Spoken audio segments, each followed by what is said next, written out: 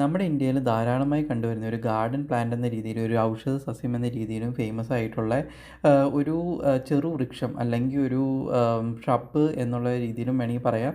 അങ്ങനെ ഒരു പ്ലാന്റിനെ കുറിച്ചാണ് നമ്മൾ ഇന്ന് പറയാൻ പോകുന്നത്. ഇപ്പോൾ ഈ കണ്ടുകൊണ്ടിരിക്കുന്ന ഈ ഒരു ചെറുമരത്തിൻ്റെ പേരാണ് രാജമല്ലി. അപ്പോൾ ഈ രാജമല്ലി എന്ന് പറഞ്ഞ പേര് അറ്റ്ലീസ്റ്റ് വളരെ ഫേമസ് ആണ്. പ്രത്യേകിച്ചും മലയാളികൾക്ക് മലയാളത്തിലൊരു സൂപ്പർ ഹിറ്റ് ഫിലിം ഉണ്ടായിരുന്നു, അനിയത്തിപ്രാവ് എന്ന് പറഞ്ഞ. അനിയത്തിപ്രാവിൽ ഈ രാജമല്ലി വെച്ചിട്ട് സ്റ്റാർട്ട് ചെയ്യുന്ന ഒരു സൂപ്പർ ഹിറ്റ് സോങ്ങും ഉണ്ട്. അപ്പോൾ അതിൽ പറയുന്ന ആ രാജമല്ലി തന്നെയാണ് ഈ രാജമല്ലി. അപ്പോൾ ഇതൊരു ഔഷധ സസ്യമാണ്, അതുപോലെ തന്നെ ഒരു ഗാർഡൻ പ്ലാന്റ് കൂടിയാണ്. ഇതിൻ്റെ ഒരു സയൻറ്റിഫിക് ക്ലാസിഫിക്കേഷൻ പറയുകയാണെങ്കിൽ ഫാബേസി ഫാമിലിയിൽ പെടുന്ന സീസാൽപ്പനിയ പൽക്കരിമ എന്ന് പറഞ്ഞിട്ടുള്ള ഒരു സ്പീഷീസ് ആണ്. ഇതിൻ്റെ പൂക്കളുടെ പ്രത്യേകത കൊണ്ട് ഇതിന് ഇംഗ്ലീഷിൽ വിളിക്കുന്ന ഇതിൻ്റെ കോമൺ പേര് എന്ന് പറഞ്ഞാൽ പീകോക്ക് ഫ്ലവർ എന്നാണ്. മയിലിൻ്റെ പോലെ ഇതിൻ്റെ പൂക്കൾ ഇരിക്കുന്നതുകൊണ്ടാണ് പീകോക്ക് ഫ്ലവർ എന്ന് ഇതിന് പേര് വീണത്. ഈ പീകോക്ക് ഫ്ലവർ എന്നുള്ളത് കൂടാതെ bride of Barbados, dwarf, poinciana, red bird paradise എന്നുള്ള പേരുകൾ കൂടി ഉണ്ടെന്നാണ് പറയപ്പെടുന്നത്. ഇനി ഇതിൻ്റെ ഒരു പ്ലാൻ ഡിസ്ക്രിപ്ഷൻ പറയുകയാണെങ്കിൽ ഒരു 3 മീറ്റർ വരെയും പൊക്കം വയ്ക്കുന്ന ഒരു ചെറുമരം എന്ന് വേണമെങ്കിൽ പറയാം.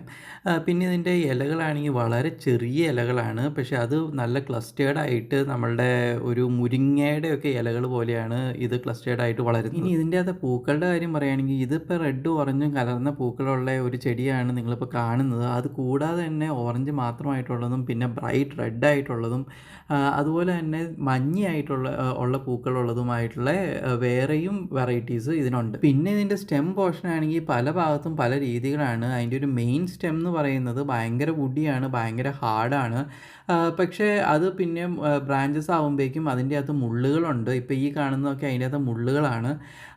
പിന്നെ അതിൻ്റെ അകത്ത് പുതിയതായിട്ട് വളരുന്ന ചെറിയ സ്റ്റെംസൊക്കെ ആണെങ്കിലും അതിൻ്റെ അകത്ത് മുള്ളുകളുണ്ട്. പക്ഷേ അത് ഭയങ്കര ഹാർഡല്ല, ഭയങ്കര സോഫ്റ്റ് ആയിട്ടുള്ള മുള്ളുകളാണ്.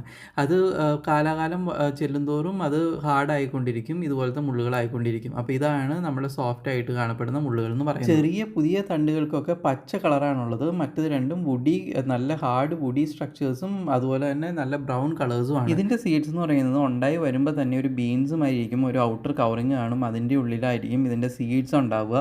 പിന്നെ കാലം ചെല്ലുന്തോറും അത് ബ്ലാക്ക് കളറിലേക്ക് മാറും, കുറേ കൂടെ ഡ്രൈ ആവും. ഡ്രൈ ചെയ്ത് പൊട്ടി ഇതിൻ്റെ അകത്തുള്ള സീഡ്സ്, ആ ഔട്ടർ കവറിങ്ങിലുള്ള അകത്തുള്ള സീഡ്സ് അത് താഴേക്ക് വീഴും. ഈ സീഡ്സ് വഴിയാണ് ഇതിൻ്റെ പ്രൊപ്പഗേഷൻ നടക്കുന്നത്. അതായത് ഇതിൻ്റെ തുടക്കം തന്നെ ഇതിൻ്റെ ഫ്രൂട്ടും അതിലുള്ള സീഡ്സും പച്ച കളറായിരിക്കും, നല്ല സോഫ്റ്റ് ആയിരിക്കും. മൂക്കുന്തോറും അത് ബ്ലാക്ക് കളറിലേക്ക് എത്തും, നല്ല ഹാർഡാവും. ആ സീഡ്സ് വഴി തന്നെയായിരിക്കും പുതിയ പ്ലാന്റ്സ് ഉണ്ടാവുക. ഇനി ഇതിൻ്റെ ഒരു നേറ്റീവ് എന്ന് പറയുന്നത് നമ്മുടെ ഇന്ത്യ അല്ല, മെയിനായിട്ടും അത് ട്രോപ്പിക്കൽ അമേരിക്കാസാണ് ഇതിൻ്റെ നേറ്റീവ്. മെയിനായിട്ടും കരീബിയൻ അല്ലെങ്കിൽ സെൻട്രൽ അമേരിക്കൻ റീജിയൻസ്. പക്ഷേ ട്രോപ്പിക്കൽ ക്ലൈമറ്റ്സിൽ മാത്രമല്ല കൂളർ സോൺസിലും അതുണ്ടാവും. പക്ഷേ ട്രോപ്പിക്കൽ ക്ലൈമറ്റ്സിൽ ഇത് എവർഗ്രീൻ ആണെങ്കിൽ കൂളർ സോൺസിൽ ഇത് കുറച്ചും കൂടി ഡെസിഡ്യൂസ് ആയിരിക്കും, അതായത് ഇലപൊഴിച്ചിലുണ്ടാവും. ട്രോപ്പിക്കൽ അമേരിക്കാസ് ആണ് ഇതിൻ്റെ നേറ്റീവ് എങ്കിലും ഇത് സൗത്ത് ഈസ്റ്റ് ഏഷ്യയിലും ട്രോപ്പിക്കൽ ആഫ്രിക്കയിലും ഇന്ത്യയിലൊക്കെ ഇഷ്ടംമാതിരി കൾട്ടിവേറ്റ് ചെയ്യുന്നുണ്ട്. അതിൻ്റെ മെയിൻ റീസൺ ഇത് നല്ലൊരു ഓർണമെൻ്റൽ പ്ലാന്റ് ആണ്, വലിയ കെയർ ഒന്നും വേണ്ടാതെ വളരുന്ന ഒരു ഓർണമെൻ്റൽ പ്ലാന്റ് ആണ്. അത് കൂടാതെ തന്നെ ഇതൊരു മെഡിസിനൽ പ്ലാന്റ് കൂടി. ഇനി ഇതിൻ്റെ ഒരു ഗ്രോയിങ് കണ്ടീഷൻസ് പറയുകയാണെങ്കിൽ നല്ല ഫുൾ സൺലൈറ്റിൽ ഇത് നന്നായിട്ട് പൂക്കുകയും കാക്കുകയും ചെയ്യും. പിന്നെ വെൽ ഡ്രെയിൻഡ് മോഡറേറ്റ്ലി ഫെർട്ടൈൽ സോയിലാണ് ഏറ്റവും ഉചിതം.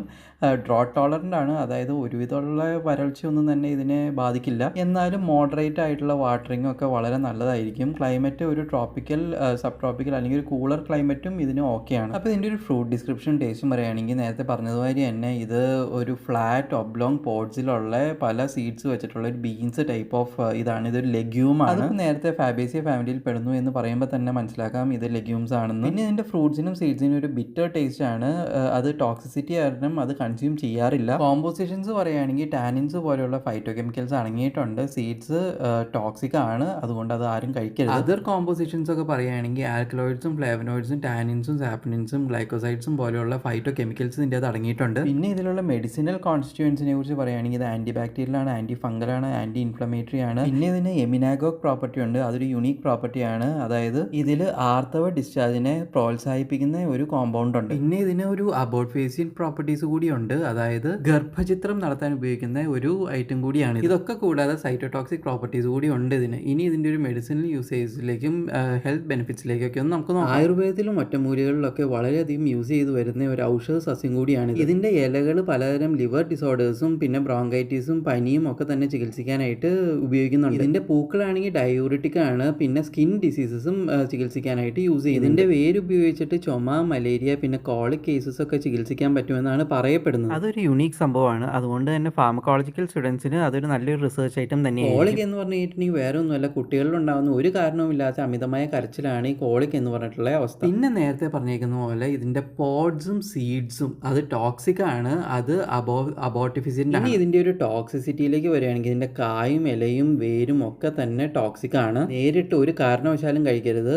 ഇത് പ്രോസസ്സ് ചെയ്ത് എടുത്തിട്ട് വേണം ഇത് കഴിക്കാനായിട്ട്. നേരിട്ട് കഴിച്ചിട്ടുണ്ടെങ്കിൽ nausea, vomiting, diarrhoea, abdominal pains, പിന്നെ ഡീഹൈഡ്രേഷൻ എല്ലാം തന്നെ വരാനുള്ള സാധ്യതകളുണ്ട്. ഇനി ഇതിൻ്റെ ഒരു ഇക്കോളജിക്കൽ ഇമ്പോർട്ടൻസ് പറയുകയാണെങ്കിൽ ഇതൊരു പോളിനേറ്റർ മാഗ്നറ്റ് ആണ്. അതായത് ഇതിൻ്റെ ബീസും ബട്ടർഫ്ലൈസിനും ഒക്കെ തന്നെ അട്രാക്ട് ചെയ്യും.